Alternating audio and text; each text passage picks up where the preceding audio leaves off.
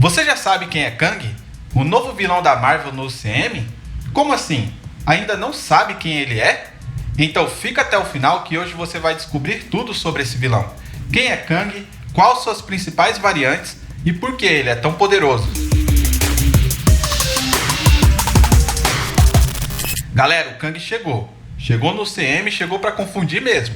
Esse vilão é bem complexo de entender. Mas calma, se você não sabe nada sobre o Kang, nesse vídeo eu vou te explicar toda a origem do personagem. Quando ele apareceu, por que ele se tornou Kang e como ele viaja no tempo. Então dá uma força, já se inscreve no canal e ativa o sininho, porque toda semana eu vou estar trazendo aqui um vídeo novo para vocês, beleza? Então sem mais enrolação, bora pro vídeo. A primeira vez que Kang apareceu foi em Quarteto Fantástico 19 de 1963, como um faraó chamado Ramatut. Tudo começa quando Reed Richards vai até um museu fazer uma pesquisa sobre o Antigo Egito e fica muito curioso com alguns símbolos que ele vê por lá. É aí que ele vê que tem um frasco que contém uma erva radioativa e que essa erva radioativa iria ajudar a curar a cegueira da Alicia, esposa do Coisa, do Quarteto Fantástico. Mas essa cura só existe naquela época do Antigo Egito. É aí que a história fica interessante. Reed Richards, então, decide utilizar uma máquina do tempo que o Dr. Destino criou para mandar o Quarteto Fantástico para o passado, em uma outra luta que eles tiveram. Quando o Quarteto Fantástico volta para o Antigo Egito, eles são surpreendidos pelos capangas de Ramatut e conseguem combater eles. Mas aos poucos o poder deles começa a sumir e eles acabam dormindo. Quando eles acordam, eles veem Ramatut na frente deles. E em uma breve conversa, Ramatut explica que já conhece eles e que também veio do futuro, só que do século 30. E conta que o povo dessa época está em paz, não existe guerra ou fome, que está em progresso. Mas que para ele isso é um tédio, e o que ele gosta mesmo era do que ele via na TV, histórias de super-heróis, conquistas e aventuras. Então, certo dia, ele fez uma visita em uma ruína, que tinha uma mina antiga, e se deparou com partes de uma máquina do tempo. Com isso, ele só precisava recuperar a máquina, que para ele não seria tão difícil, devido à grande tecnologia e inteligência que o cara tem.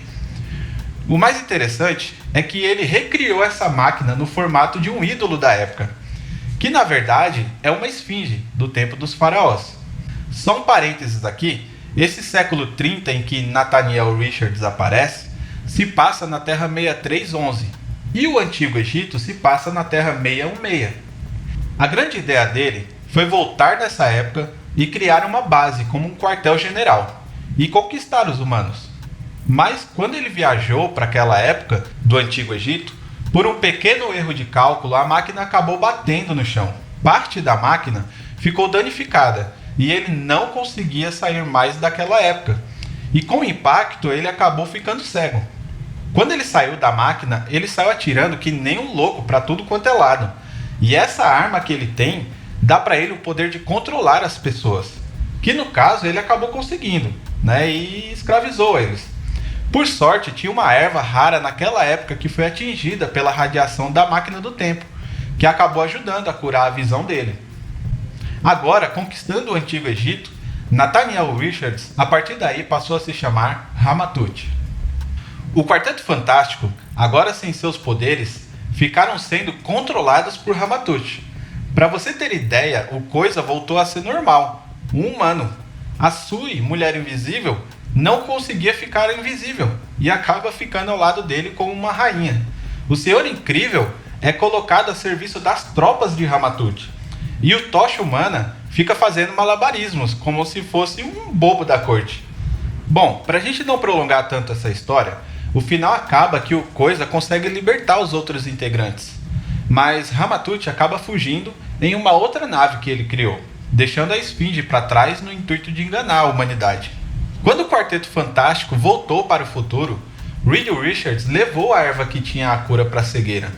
Mas ela acabou sumindo, porque a máquina do tempo não conseguia transportar nada que era radioativo do passado para o futuro. Ou seja, a Alice acabou ficando sem a cura, Sua outra aparição foi na revista anual 2 de 1964, do Quarteto Fantástico, em que Ramatut aparece no século XX, da Terra 616, atual dos super-heróis.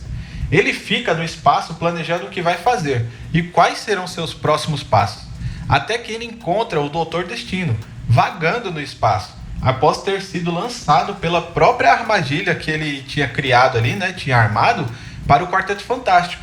Com isso, os dois demonstram que odeiam Reed Richards e pensam em uma forma de conseguir se vingar do Quarteto Fantástico. Também, nessa conversa, Ramatut supõe que eles sejam a mesma pessoa, ou até mesmo parentes, devido à máquina que Ramatut restaurou ser a mesma máquina que o Doutor Destino havia criado. Isso gera uma dúvida entre eles, e os dois decidem não continuar com esse assunto. Ramatut, então, envia o Doutor Destino de volta à Terra 616, enquanto ele decide voltar para o século 30. E galera, até aqui era uma bagunça só. A Marvel se confundia e não tinha uma ordem com os séculos em que Nathaniel Richards veio. Mas com o tempo, eles ajustaram isso e atualmente nós sabemos que o Kang é do século 31, tanto no CM quanto nas HQs. Em Vingadores 8 de 1964, o personagem aparece novamente, e agora realmente como Kang, ou Conquistador. Ele explica que enquanto estava voltando para o século 31, a nave acabou tendo um problema e foi parar no século 40. E no século 40, galera, a parada lá não era brincadeira não. Não era um lugar de paz como no século 31 em que ele vivia.